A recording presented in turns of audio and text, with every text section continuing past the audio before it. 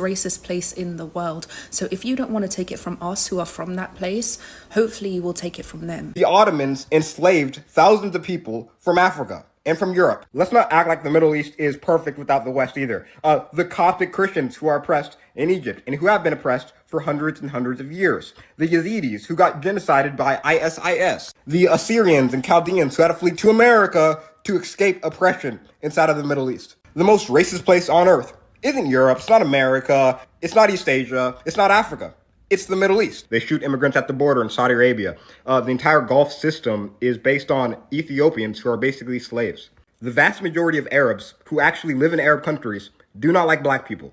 They have a longer history of oppression of black people than Europeans do. I don't even think you have a right to moral virtue signal Europeans because you guys enslaved them for thousands of years. I know you guys think history started in 1990 or 1948, but it didn't. It started a lot earlier than that. So where did this start? Well, I'm glad you asked. You see, much of what we're dealing with in the Middle East today is an extension of what started in the 7th century when the Muslim conquests occurred, originating in the Arabian Peninsula and colonizing the entire Middle East and North Africa and all of its indigenous peoples, forcibly converting to Islam and Arabizing them, meaning forcibly converting their languages to Arabic. The indigenous groups that would not convert were killed, tortured, raped, eye gouged, set on fire, beheaded. Iranians, for example, are indigenously Zoroastrian people, and those Zoroastrians who did not convert to Islam were either killed or forcibly exiled. And although Iran was Islamized, it would not be Arabized because the people resisted. Even after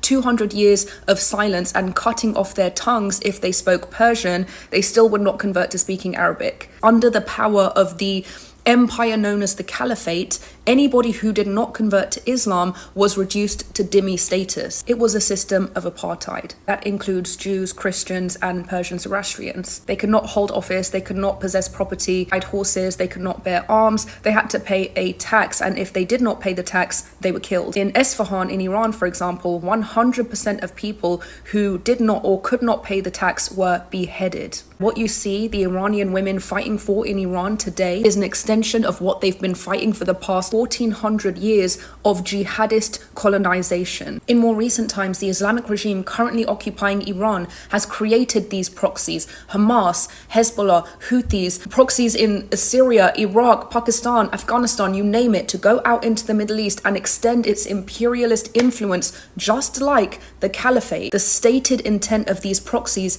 is to create states under Sharia law, just like the Islamic regime has done in Iran. That is the basis of these jihadi terror attacks. So trust me when I say that you've been lied to if you've been led to believe dishonest narratives like this. Jews and Muslims and Christians all lived in harmony in the Middle East prior to the apartheid state of Israel being created. Yeah, you see, that is a giant, incredibly offensive lie. The only person that says that there was peace in the Middle East between Jews, Muslims, Christians, and what have you before 1948 is a person who was ignorantly enjoying the privileges of the systems of supremacy that was put in place for them, while ignoring the genocide, the dimitude, the enslavement in the Middle East. So put down your Houthi flags and your Hezbollah flags and understand that they are the colonizers. The jihadists are now and have always been the colonizers and are at the bone of every single conflict and every single bloodshed